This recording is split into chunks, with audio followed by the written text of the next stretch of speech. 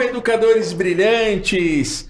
Seja você bem-vindo ao Fala Educador Podcast, que é uma produção, organização da Brincadeiras de Jogos e Editora Supimpa. Como você já sabe, esse é um podcast feito por e para educadores. Como você também já sabe, como é de praxe nos episódios aqui em nosso canal, se você não está inscrito, faça a sua inscrição, deixe o seu comentário também aqui durante o nosso episódio. Se você gostou, compartilhe nos grupos na qual você faz parte. Tenho certeza que será mais um episódio brilhante e incrível. Certo, Alípio?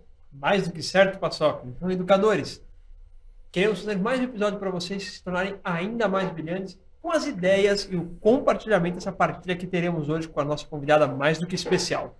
Professor Cristiano dos Santos, seja bem-vindo a mais um encontro incrível e imperdível. Hoje é um dia de suspirar muito fundo, porque as emoções vão fluir e eu espero que vocês, assim como eu, consigam senti-las aí de pertinho.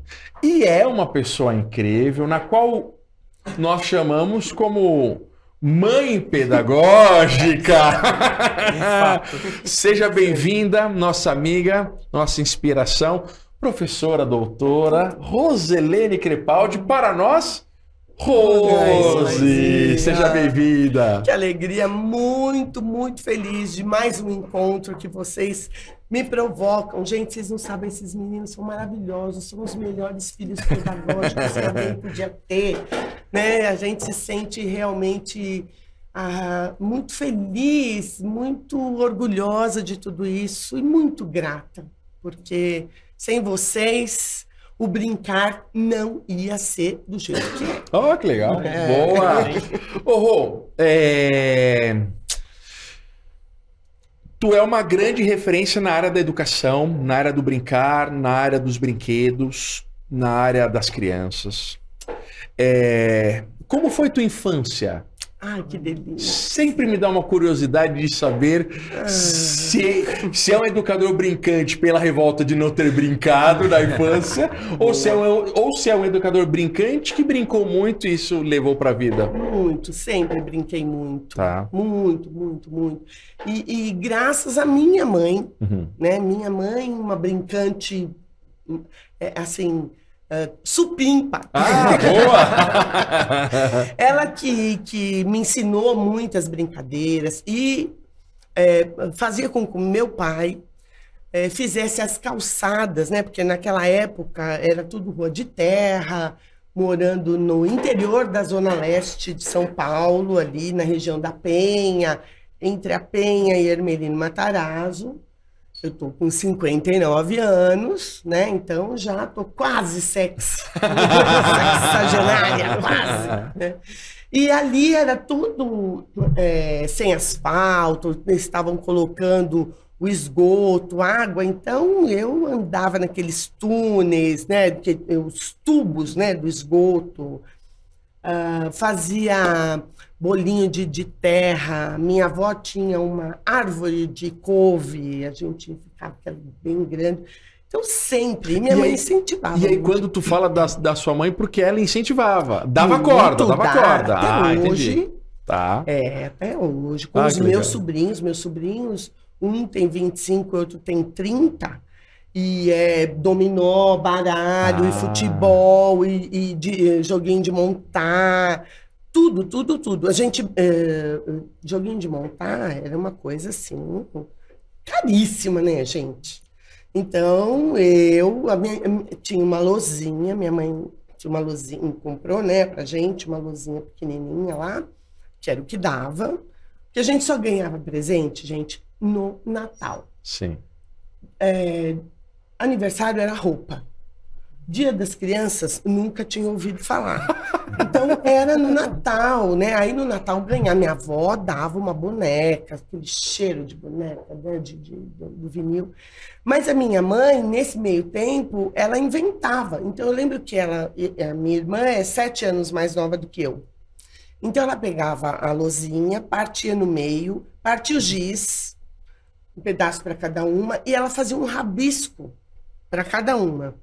E a partir daquele rabisco, a gente fazia um desenho, uma coisa assim. Era muito interessante. Deixa eu molhar as palavras aqui. E eu ia te perguntar, mas você já me respondeu. Qual brincadeira que tu brincava antes que hoje não se faz? Aí ela me conta dos tubos de esgoto. Dos tubos de esgoto. Então provavelmente essa seja já uma resposta. Muita coisa, viu?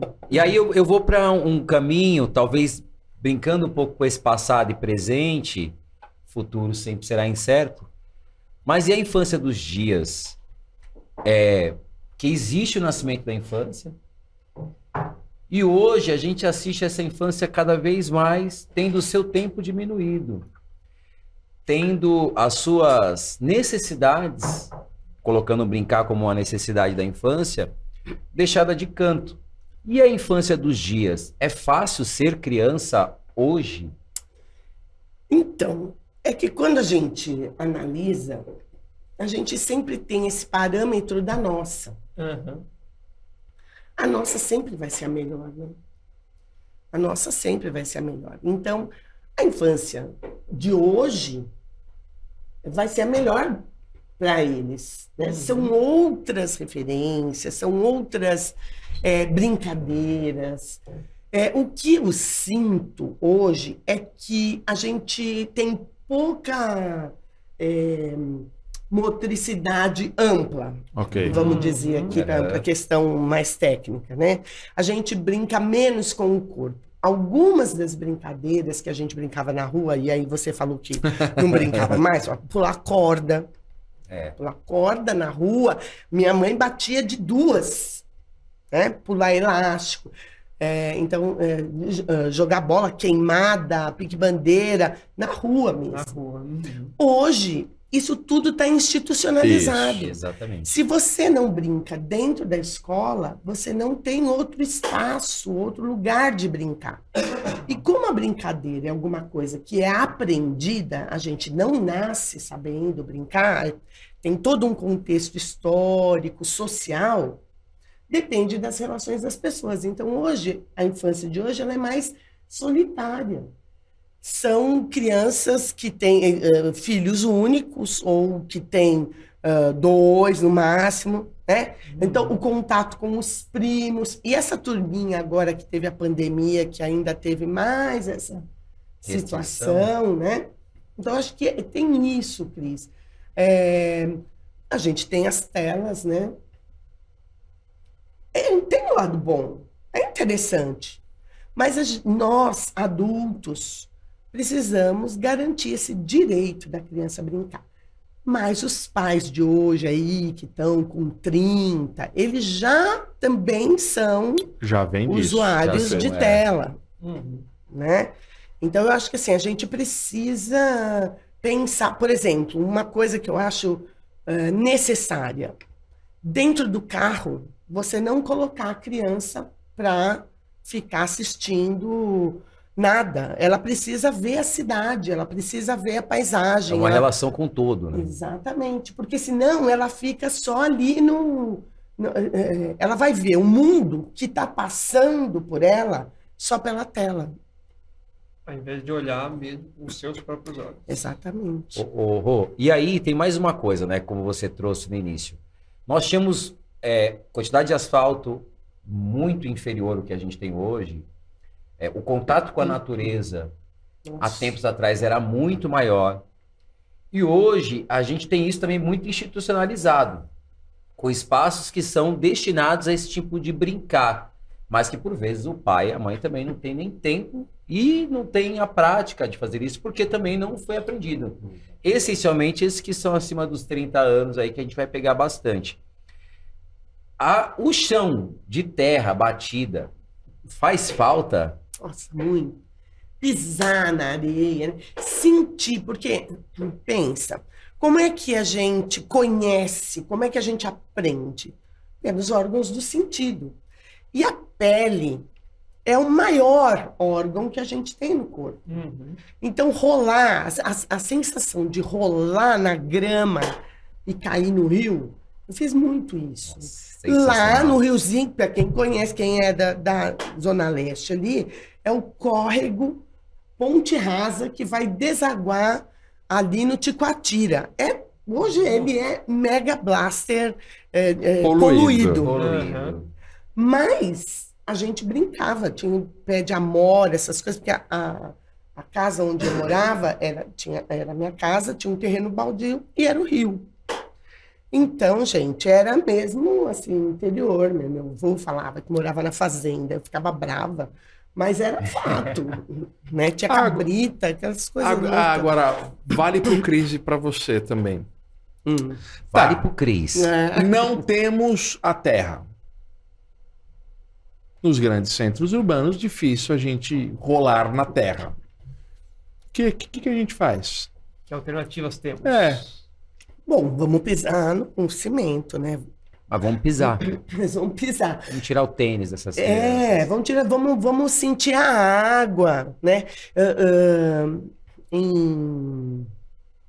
Na faculdade de Ribeirão Preto, eles têm um parque de água. Tá. Então, assim, tem um monte de torneira, cano, chuveiro no pátio, porque é muito quente, né? Então, na escola, né? Até a gente tem aqui algumas iniciativas, mas é aquela coisa do se sujar, né? Nas praças das cidades, nos parques. Então, isso tudo é necessário. É que a gente tem toda aquela questão da violência, do medo. Mas quanto menos a gente ocupa esses lugares, mais eles ficam propriedade de ocupados por outras coisas. Né? Não queremos. Então a gente precisa se organizar mesmo com os vizinhos, mas mesmo dentro dos condomínios, né? A gente também tem que ter o espaço da criança brincar. E aí eu vou pegar um tema polêmico. Vai. Adoramos. Cachorro. Tem o pet place. Sim, entendi. Você tem um espaço para o cachorro. Você sai para passear com o seu cachorro. Mas você não sai para passear com o seu filho de mão dada, né? Você leva o seu cachorro para passear. Aliás, tem umas coisas assim incríveis, né? O cara leva o cachorro para passear com o celular. Sim. O cachorro vai indo lá e ele lá no celular, né? Então, tudo bem, cada um. Mas, gente, a gente tem que levar as crianças para passear. Sabe? Dar mão para a criança, para ela não ficar solta nos estacionamentos, porque elas correm muito risco. Elas não têm noção, né? Então, a gente precisa mesmo fazer essa cidade amiga da criança. Tem uma ONG, na realidade é uma fundação internacional, que eu gosto muito, costumo muito falar, a Fundação Bernard Van Leer. Ela tem um projeto muito interessante, que é o Urban 95, que é a cidade do ponto de vista dos 95 centímetros das crianças. Então, existem muitas ações, ONGs que trabalham. Também tem a Nayana Bretas. A Nayana tem um trabalho fantástico. Tem um livro muito bom também. Isso. Então, assim, a gente precisa se apropriar. Eu vi essa semana, fiquei encantada, a EMEI lá da Praça da República, que foi andar bem com as crianças. Exatamente. Com os triciclos, e também uma outra escola que foi até a Cinemateca, também foi a pé. Eu acho que isso é muito importante. Só para deixar registrado, é Cidade que Brinca, o livro da Nay. Isso, Cidade que Brinca. É um livro muito bom, muito ilustrado, mas com ilustrações, assim, não são ilustrações, são fotos de uma cidade ilustrada e muito dentro dessa perspectiva da infância mesmo, desse olhar da criança, porque, e inclusive é falado sobre isso, nós vamos ver muitas quinas por todos os lugares. Então, não é uma cidade pensada para essa criança. E ainda, quando se tem acima de 5 anos, você ainda consegue brincar.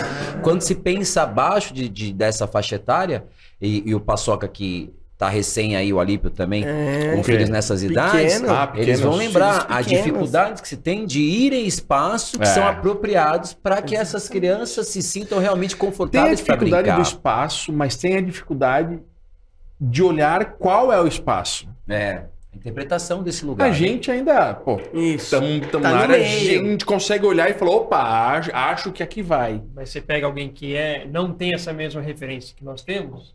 Agora, pensa só no perigo. Queria lançar na mesa outra polêmica. Ai, ai. O que Você é mais está polêmico. O que é mais preocupante nesse olhar da Rô de brincar, criança, espaços? Mídia, consumo ou família? Que tríade, hein? Que se completam. na Ou minha a gente opinião. pode conversar dos três. Consumo. Então, fala. Porque quando tu fala que a minha mãe batia corda 2 vezes, que o meu Natal ou o brinquedo era só no Natal e era uma simbologia, tinha um ritual e por aí vai. O consumo mudou isto. Este cenário mudou em todos os seus aspectos. Vamos falar disso? Vamos começar. E aí? Então. Então, a gente está vivendo um momento de transformação Ok. geral, né? Você está falando do consumo, mas eu tenho percebido que nesses últimos 2 para 3 anos, a gente está começando a pensar algumas coisas diferentes a partir da pandemia. Então, muitas pessoas, e aí da geração de vocês, dessa geração, 30 e pouco, Obrigado. o prazer Não de ter em revelo mais casa. a minha idade. Não, mas É isso. é isso. Porque a minha geração foi uma geração que foi talhada no trabalho. Então, Sim. né? Eu trabalho desde os 14 anos. E quem está na minha faixa etária, certamente. E nós trabalhamos muito para que os nossos filhos tivessem uma condição melhor de estudar e aprovamos leis, por exemplo, o ECA, né, na qual tenho orgulho de dizer que trabalhei arduamente. Fez né? 30 anos. 30 anos agora. Show de bola. Em 30 e pouco. 32. Então nós trabalhamos para isso. Então, essa nossa geração tinha pouco tempo de trabalhar. Minha mãe ainda mais dona de casa, mas a minha geração nem tanto. Porque a gente foi trabalhar, as mulheres foram trabalhar, conquistaram esse espaço e tudo mais. ECA 32, Ah, 13 de julho de 90. 90. Isso. Então, tá Exatamente. vendo? Tá Ó, bom. essa Só geração pra gente... é uma conquista muito grande você não ter que ir trabalhar. Você ter o direito de estudar. Né? Tem muita gente que não concorda comigo, mas tudo bem. A gente pensa isso, conversa num outro momento. Mas o que eu tenho percebido é que agora, essa geração, vou dizer 30 a mais, ela está descobrindo essa coisa de casa, ela está descobrindo essa coisa de reservar um tempo para si, para ir fazer uma atividade física, para ir viajar, coisa que a minha geração não tinha. A gente tinha que trabalhar para comprar casa, para comprar um carro, para ter. A minha geração é geração ter. Então, essa coisa do consumo está muito ligada ali. Porque a gente não tinha muito acesso. Pensa, só lá no Collor, que eu já nem lembro que ano que foi, 90. que liberou, né? Aí, porque, gente, você ter uma calça jeans azul e desbotada, que você pode usar do jeito que você quer, né? O All-Star. Meu Deus, eu nunca tive um All-Star quando eu estava na fase de ter o Ter um All-Star. All-Star. Né? E assim, tudo bem. Ué, não tinha outro jeito, não tinha. A vida segue. Então, mas só que a gente fez alguma coisa assim que nós evitamos muitas frustrações para os nossos filhos. Muito. Esse falar não, né, doía na gente, porque a gente sentia muito não. Então, essa coisa do consumo, ela pegou muito pesado. Né? Vamos tem que ter, vai acumulando. E quando você fala de brinquedo, então, mais ainda. Porque aí essas datas comemorativas, né, como eu disse... A cada semana tem uma data especial. Não, você vai no supermercado. Sim. Eu lembro de quando eu trabalhava na creche, que tinha uma... Eu já contei essa história, mas é que é uma coisa... fiquei lá com as menininhas, a turminha brincando, e aí ela era mamãe e eu era filhinha. E ela estava arrumando a casa, e aí ela virou para mim e fez assim: ah, mamãe vai te arrumar que eu vou te levar para creche. E aí eu falei: ah, tudo bem, mamãe. Aí ela fez assim: não, você chora. Ah, tá bom, então vamos de novo. Aí ela arrumou, virou e fez assim: agora a mamãe vai te arrumar para ir para creche. Aí eu: não, mamãe, não quero ir para creche. Aí ela veio perto de mim, passou a mão na minha cabeça e disse: não fica triste, a mamãe te traz um presente. Então veja, essa criança que falou isso para mim, hoje ela tá com 30 e poucos. Sim. Então isso é uma coisa, né? Agora, evidente que a família, ela faz essa diferença. Mas também me preocupa o tempo estendido na instituição. O bebê nasce e vai para a creche. Vai para creche. Vai para a escola. Então a gente falava que a educação vinha de berço, agora ela vem do tatame da creche. E pior, da escola e da família que não se conversam direito. Não sabem exatamente. Acho que falta esse diálogo, né? Aliás, vai o homem da perua levar. Sim. Uma coisa que eu queria colocar aqui, Rô, é exatamente isso. Outrora, cada vez mais as professoras começavam a vida muito cedo, magistério. Hoje a gente tem, e eram muito novas, então era alguém que brincou até um certo período e começou a participar da creche ali. Então o brincar fazia muito parte dessa vida da criança. Hoje a gente precisa validar o brincar o tempo todo, inclusive nos ambientes educacionais. A gente precisa ficar falando, trazendo motivo para a criança brincar. O adulto também não é alguém que brinca. Então, essa questão do envelhecimento dos profissionais, de certa forma, e o afastamento do brincar também que a gente tem na vida desses profissionais, também traz essa inibição desse brincar que é aprendido. É mais uma questão até muito pessoal, porque eu eu tenho prática pedagógica e eu percebo que cada vez menos as pessoas têm repertório de brincadeiras. Os adultos que estão com criança. E aí entra nessa questão. É um adulto que não sabe brincar. E aí como é que ele ensina a brincar? Então eu prefiro colocar algum personagem azul ou rosa ali na TV e deixar que essa educação seja feita em duas mãos ali também. E aí eu vou ensinando o que é esse brincar, não mais com o outro, mas com a tela. Então, não é uma crítica, ou também se quiser aceitar como não é um problema, mas uma fala que eu vejo com muita preocupação por perceber isso muito frequente. Eu sinto um pouco isso, sabe, Cris? E as pessoas, de uns tempos para cá, elas estão muito ensimesmadas, né? É aquilo que eu quero, que eu gosto, que eu. E as crianças aprendem primeiro por imitação. Isso. Então, se você, na relação com a sua criança, você ainda reforça essa individualidade, porque até a palavra empatia, né, que você ouve tá na moda, assim, né? A empatia é em relação à minha situação. Sim. Né? Eu fui com as minhas alunas naquela exposição que teve no Ibirapuera para andar nos seus sapatos. Não sei se vocês lembram, era um monte de caixa de sapato e tinha a história da pessoa. Então tinha, assim, milhões. Você pegava uma caixa fechada, você não sabia qual era, né? Você recebia aquela caixa e você tinha que pôr aquele sapato. Então, nossa, que legal. Foi muito lindo, um projeto muito interessante. E aí você ouvia a história da pessoa que era dona daquela caixa. Isso, a pessoa contando. Nossa. Da sua vida, da sua história, né? Daquele sapato.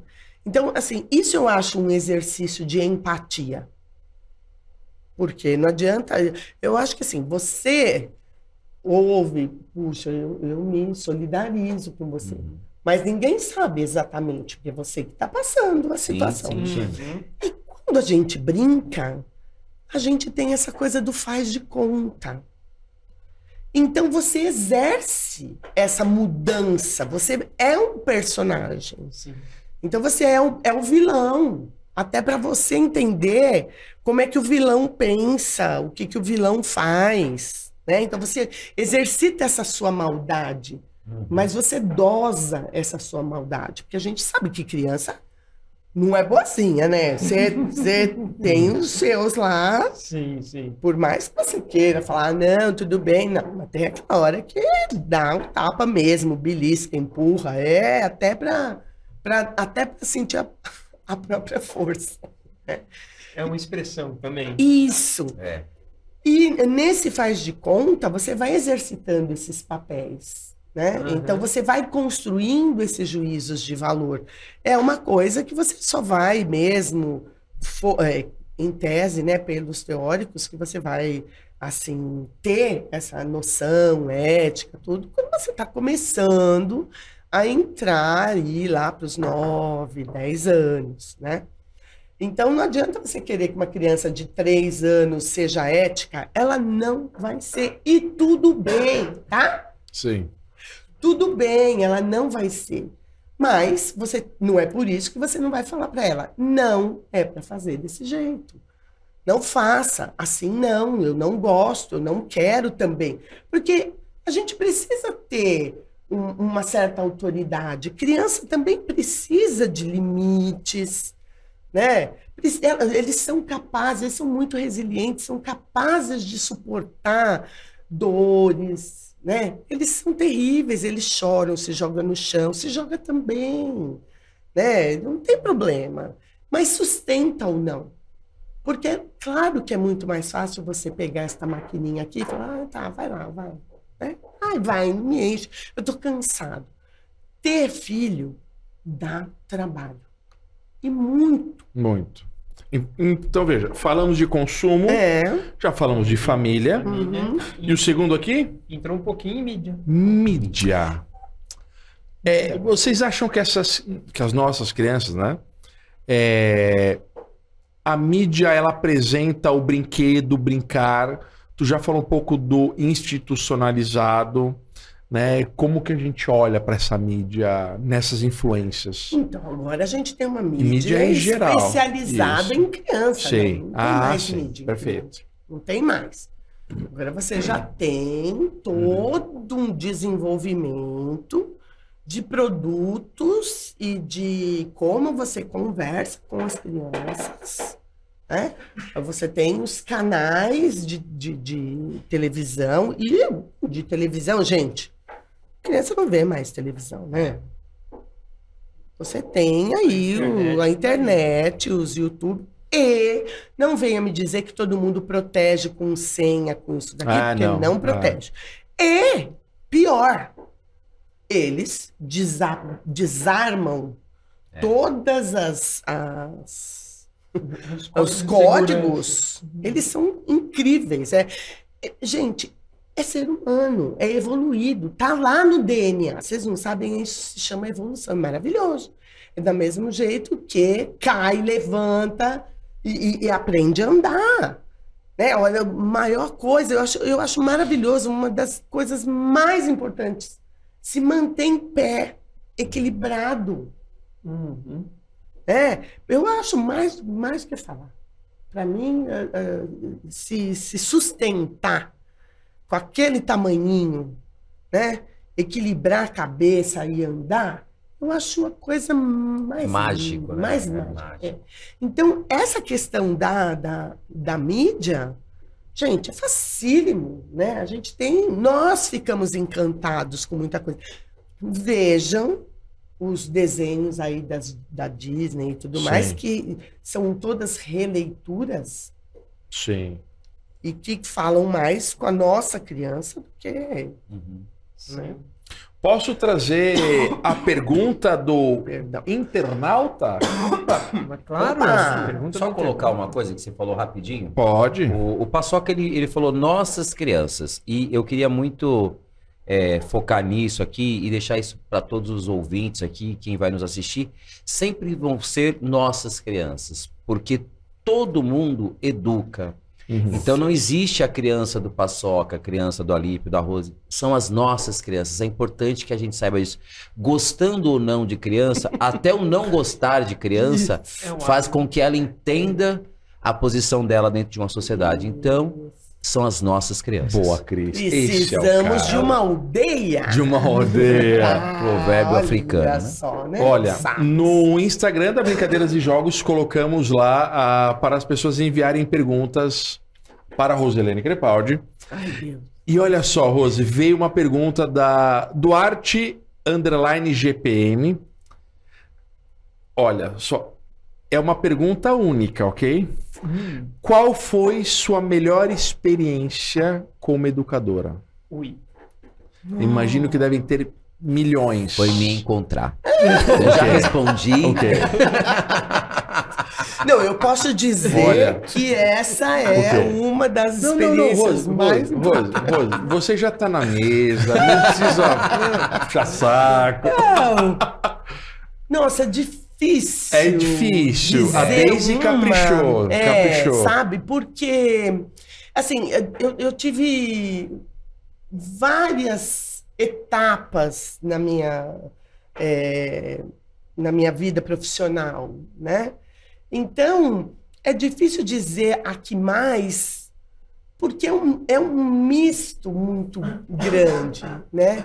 Eu acho que hoje para essa questão da formação dos educadores e a percepção de que tudo aquilo que eu aprendi é muito fluido, muito efêmero, e que a gente não sabe o que vem para frente. Eu acho que isso... Eu estou nessa fase agora, sabe? A gente não sabe o que vem para frente. E quando você trabalha com formação de profissionais, você não pode olhar para trás. Assim, você se sustenta no que você... Você sabe que a sua base é sólida, mas você tem que usar aquilo como uma... Como é que fala quando você... Sabe, o arco Sim. que vai... Impulsionador, exatamente. Porque a gente não sabe o que vem pela frente. Gente, olha o que nós passamos. Nós somos sobreviventes. Sim. Somos sobreviventes. Né? A Rose um pouco mais que a gente, né? Duarte é o Gustavo Duarte Pasquarelli Matos. Ok? Então é o Gustavão obrigado, Duarte aí Gustavo. que mandou a pergunta. Espero ter respondido, Gustavo, porque as crianças com as quais eu convivi lá atrás, no meu primeiro trabalho em creche, né? Eu fui coordenadora pedagógica de uma creche no interior do interior, no Itaim Paulista, para quem conhece lá. Extremo Zona Leste de Extremo São da Paulo. Zona Leste de São Paulo. E as crianças chegavam para a gente com 10 dias, porque eram filhos de diarista. Então, elas não tinham toda essa questão de licença, apesar de ter licença maternidade, mas é aquela coisa, ou você trabalha, você não ganha, né? Então, de curar o umbigo da criança, né? Essas são coisas Cuidado. assim... Uma parte básica, né? Exatamente, sobrevivência, né, ali. Então, aí depois, por isso que eu falo, né, é toda uma luta política mesmo, de você ir assumindo essa questão do direito da criança, né, de sobreviver, de ter uma casa, de ter... Porque as creches, a gente até precisa escrever isso um dia, viu? Sim. Tem muita gente que fala assim, creche depósito de criança. Mas não é isso, não, sabe? Tem muita coisa boa acontecendo. Nossa, muita coisa. E desde essa época aí, de 84, quando eu entrei, em 84, não tinha brinquedo. Por isso que eu fui fazer brinquedo de sucata. Então, os profissionais, na medida que eles vão sentindo as necessidades, eles vão buscando alternativas, eles vão se formando. Então, essa formação contínua, isso que a gente está fazendo aqui, ela é muito importante. Eu tenho ouvido muito a professora Bernadette Gatti, que fala da formação de pedagogos, e nós precisamos, fica o meu apelo aqui, precisamos de professores. Não temos professores. Tem muitas escolas que não têm professor. Se nós não nos engajarmos para dar essa formação básica, o nosso país, que é uma potência, que é uma coisa tão maravilhosa, corre sérios riscos, porque o que tem de bom vai procurar, né, outros ganhos, né? Desculpa levar para esse lado, mas fica aqui uma mas a sua fala é extremamente importante porque a gente percebe um esvaziamento nos cursos de licenciatura. Fato. E é um fato, eu acho que fato é fato, né? São números. Há 20 anos atrás tínhamos tantos alunos e hoje temos tantos alunos. Isso num futuro muito próximo, ou já agora, é muito preocupante, né? Fora outras áreas que vão deixando de existir, né? Que vai chegando, por exemplo, geografia e história hoje, os livros estão vindo juntos já. Porque a gente já percebe que não tem mais o especialista, ele está começando a reduzir muito. Então, é um cuidado real. Eu acho que para você que nos ouve, incentive, porque eu lembro que quando eu falei para minha mãe, vou ser professor, ela ficou muito feliz pelo respeito que ela tinha, as referências que ela tinha. Então, assim, eu sou professor, tenho muito orgulho de ser professor, de ser docente, estar na escola, de atuar. E eu tenho na minha filha a esperança de que ela consiga também aceitar essa profissão. É a melhor profissão do mundo? É a profissão que eu mais amo, só isso que eu posso dizer. Não, eu tenho muito orgulho. Meu filhote, ele não é meu ele é meu de alma, ele é professor de língua portuguesa e inglês. Sim. Né? Então, eu tenho muito orgulho disso. Mas mesmo quem trabalha na área de esporte precisa também ajudar a alfabetizar. Né? Precisa também, porque ali com o físico você aprende muita coisa em relação à matemática, né? A resolução de problemas. Sim. Então, as gincanas, né? Aquelas coisas que a gente faz, o tesouro, tudo mais. Você tem que trabalhar. Porque hoje não é só a disciplina, né? A gente tem que trabalhar essa questão da interdisciplinaridade, essas questões socioemocionais.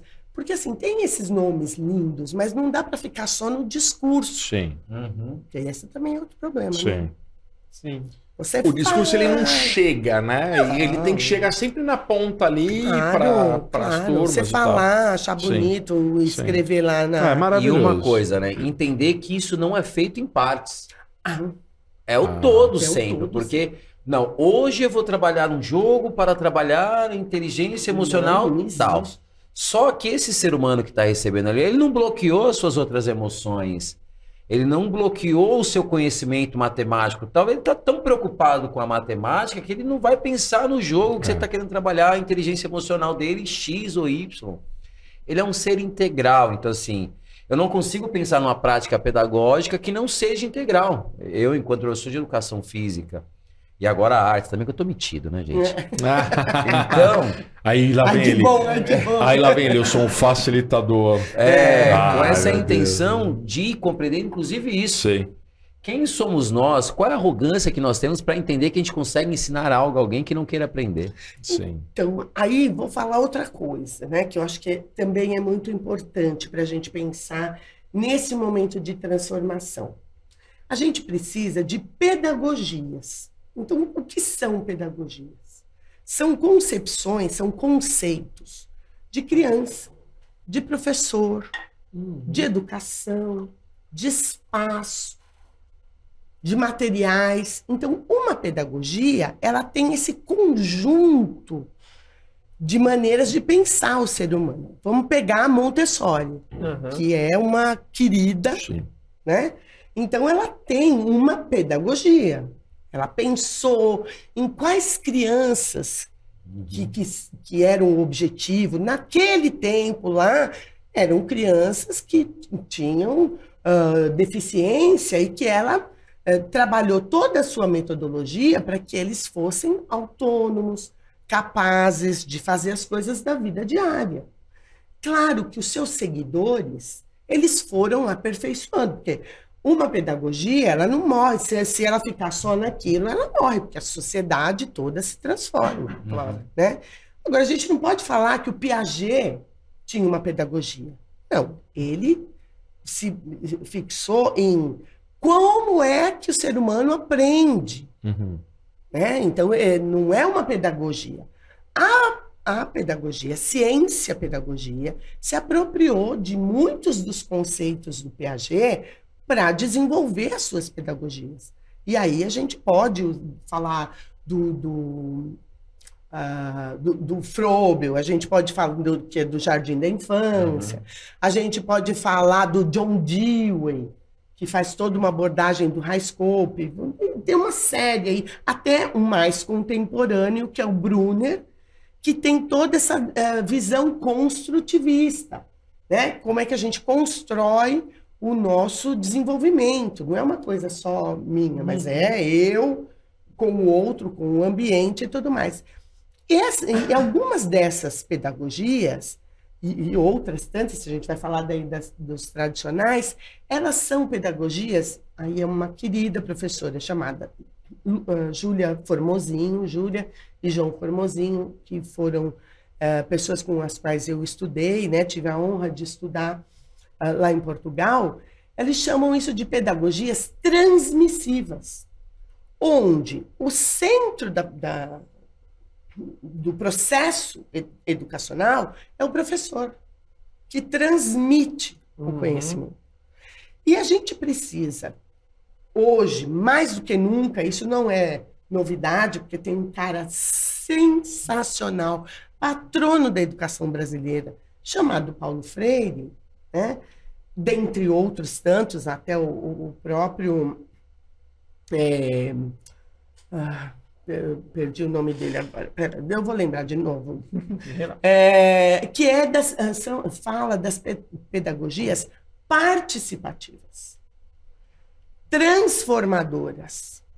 Então, o eixo, ele vira para o aluno, para o estudante, né? Então, até aluno sem luz, né? Então, para o estudante. Então, é uma coisa feita em conjunto. A gente tem o Loris Malaguzzi, ele que eu queria falar, que é da abordagem da Regia Emília, né? Mas não é o Loris Malaguzzi. O Loris Malaguzzi, ele começou com tudo isso. Ele foi lá, ele estudou Freinet, que até recentemente fiz um vídeo sobre a parte de registro, lá no CIBMPEN. Então, ele fez todo esse estudo, né? E aí, os seguidores do Malaguzzi, os seguidores do Vygotsky, né? Luria e outros tantos, a gente vai aperfeiçoando. Então, não adianta eu saber quais são as etapas do desenvolvimento do Piaget, mas qual é a minha pedagogia? Como é que eu utilizo isso? Como eu aplico isso? Exatamente. E aquilo que a gente está falando, eu não aplico sozinha. Né? Dar o caminho é extremamente importante, né?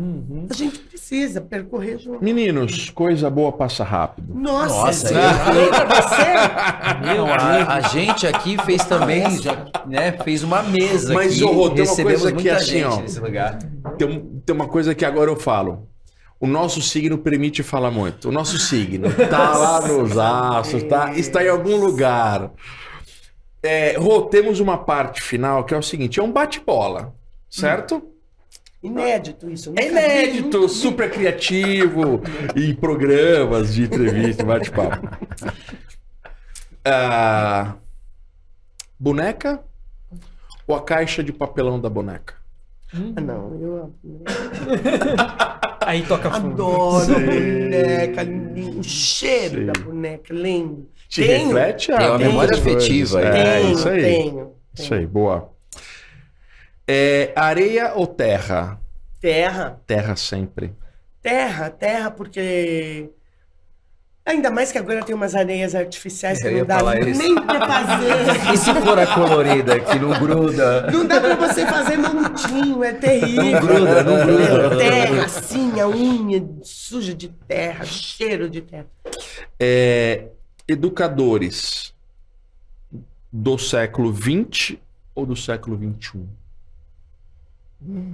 Difícil. Século XIX. Sabe, a gente não trabalhou bem essas bases. Eu acho que a gente precisa voltar a essas fontes, sabe?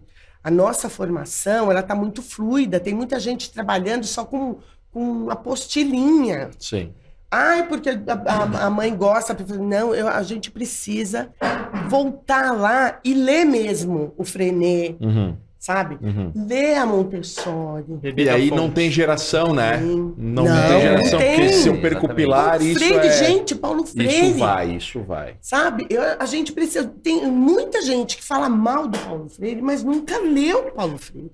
Não sabe o que ele dá. Aliás, tem gente que lê Paulo Freire e não compreende. A interpretação. Porque ele era uma pessoa extremamente culta. Você tem que ler com o dicionário do lado. Nossa, mas não é bate-bola. Não. Não bate-bola. A rua no bate-bola. É o signo Neymar permite. no bate-bola. Sua maior referência profissional e sua maior referência pessoal? Minha maior referência pessoal, minha mãe.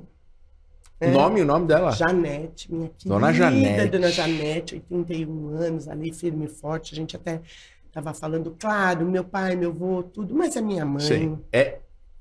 A pergunta é sua maior. Pessoa, isso. né? É a pessoa. Boa. Profissional, minha querida Tizuko Morshida Kishimoto. Eu já sabia. Assim, eu tive muitos professores brilhantes. Nossa, Tu foi orientando a dela, né? mestrado e no doutorado. Mas é uma pessoa que me mostrou... E assim, é uma referência, né? Se o brincar hoje... no Brasil. Sim. Tem muita produção, tem essa expressão, tem muito caminho dela. Né? Junto com muitas outras. Mas ela escrevia o que ela brincava com as crianças. Entendi. Então, muitas vezes, ela estava lá no laboratório de brinquedos. Ela ia junto com a gente nas escolas, por conta da formação em contexto integrado, né?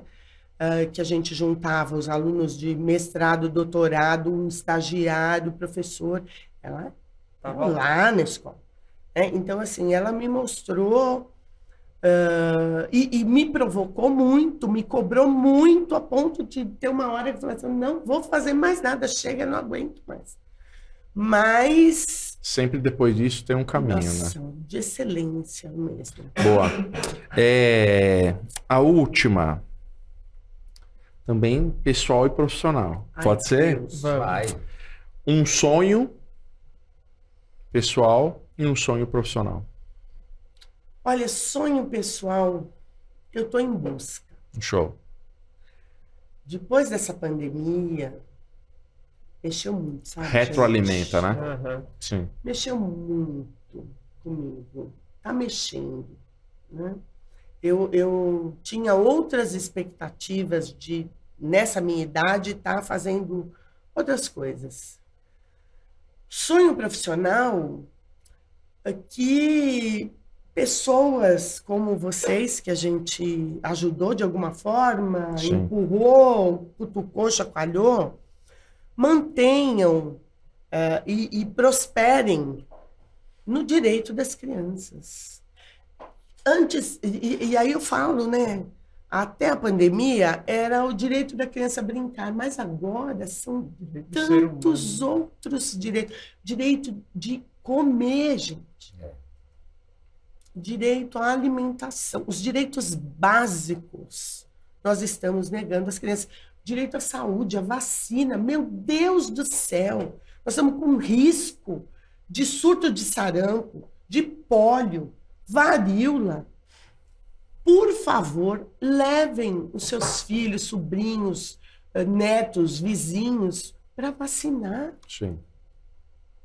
Né? Então, assim, vejam, por isso que eu estou falando, educador do século XIX. A gente que nós perdemos? Como é que nós perdemos isso? Algum ponto deu um curto elétrico. Nossa, eu acho que caiu. Tá na nuvem. Ô, Rô, como que as pessoas te encontram? Olha, por vocês. Sim, né? ok. Eu acho que o melhor lugar pra gente estar é junto com esse povo aqui. Eu acho que é o melhor lugar, né? E o meu e-mail, rosekrepaldi@gmail.com. Que estará aqui na descrição do vídeo. Mas aqui com eles, onde eles estiverem. É só vocês falarem, eu Tô quero aqui. contato com a Rose. A gente Te dá um passa. jeito. Ó, tô junto. Rô, sempre. queremos demais agradecer a sua presença. Você é sempre muito solícita a nós, né? Congressos, eventos, presença em casa, né? Então, para nós é uma paixão tê-la aqui de verdade, né? Tu é a nossa mãe pedagógica, né? E isso para nós, assim, gera uma responsabilidade em nós, né? Porque o seu legado ainda é muito grande, ainda, né, tem um caminho muito longo, né? Que a sua entrada SEC seja sempre incrível, maravilhosa. Vamos fazer uma coisa. Vamos fazer uma festa coisa. de 60 anos, Isso. né?